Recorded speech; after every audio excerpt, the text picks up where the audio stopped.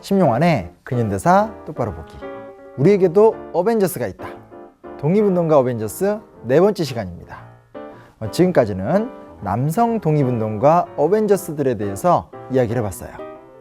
오늘은 마지막 이야기니까 여성 독립운동가에 대해서도 이야기를 해볼까 합니다. 어벤져스를 봐도 블랙 위도우라는 캐릭터가 있잖아요. 사실 우리 독립운동사에서 블랙 위도우와 같은 여성의 이야기를 찾기란 그다지 쉽지 않습니다. 독립운동의 특성상 강력한 체력이 요구가 되기 때문에 그래요. 그렇다고 독립운동사에서 여성의 의미가 없다는 것은 또한 결코 아닙니다. 독립운동가 아들을 지지하고 남편을 대신해서 가정을 책임지는 숱한 여성들의 보이지 않는 노력이 없었다면 우리의 독립운동사는 서술 자체가 불가능했을지도 모릅니다. 국제보상운동 같이 여성들이 주도했던 민족운동들도 분명히 있었고요. 고민이 되더라고요. 누가 블랙 위도우에 어울릴까? 고민 끝에 내린 결론입니다. 오늘의 주인공은 블랙 위도우, 여성혁명과 남자연이 있다입니다.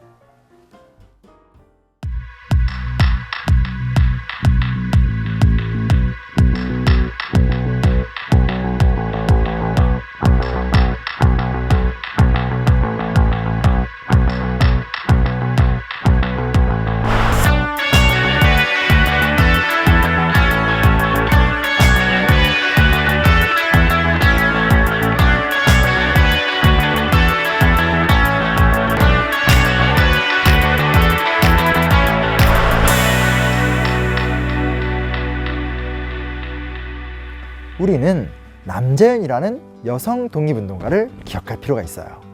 영화 암살의 여주인공 전지현의 실제 모델 중 하나로 회자가 되었던 인물이기도 해요.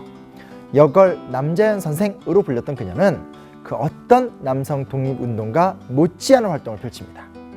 남자연의 남편 김영준은 남자연의 나이 24살 때 홍구동 전투에서 참여를 했다가 죽게 됩니다. 당시 임신 중이었던 남자연은 아들을 낳아 키우는 한편 시어머니를 극진히 봉양하여 효부상을 받기도 해요. 결국 친정아버지 남정환과 함께 의병궐기에 참여하면서 역사의 전면에 등장을 하게 됩니다. 3.1운동 당시에는 남대문 교회를 중심으로 만세 시위에 참여했고요.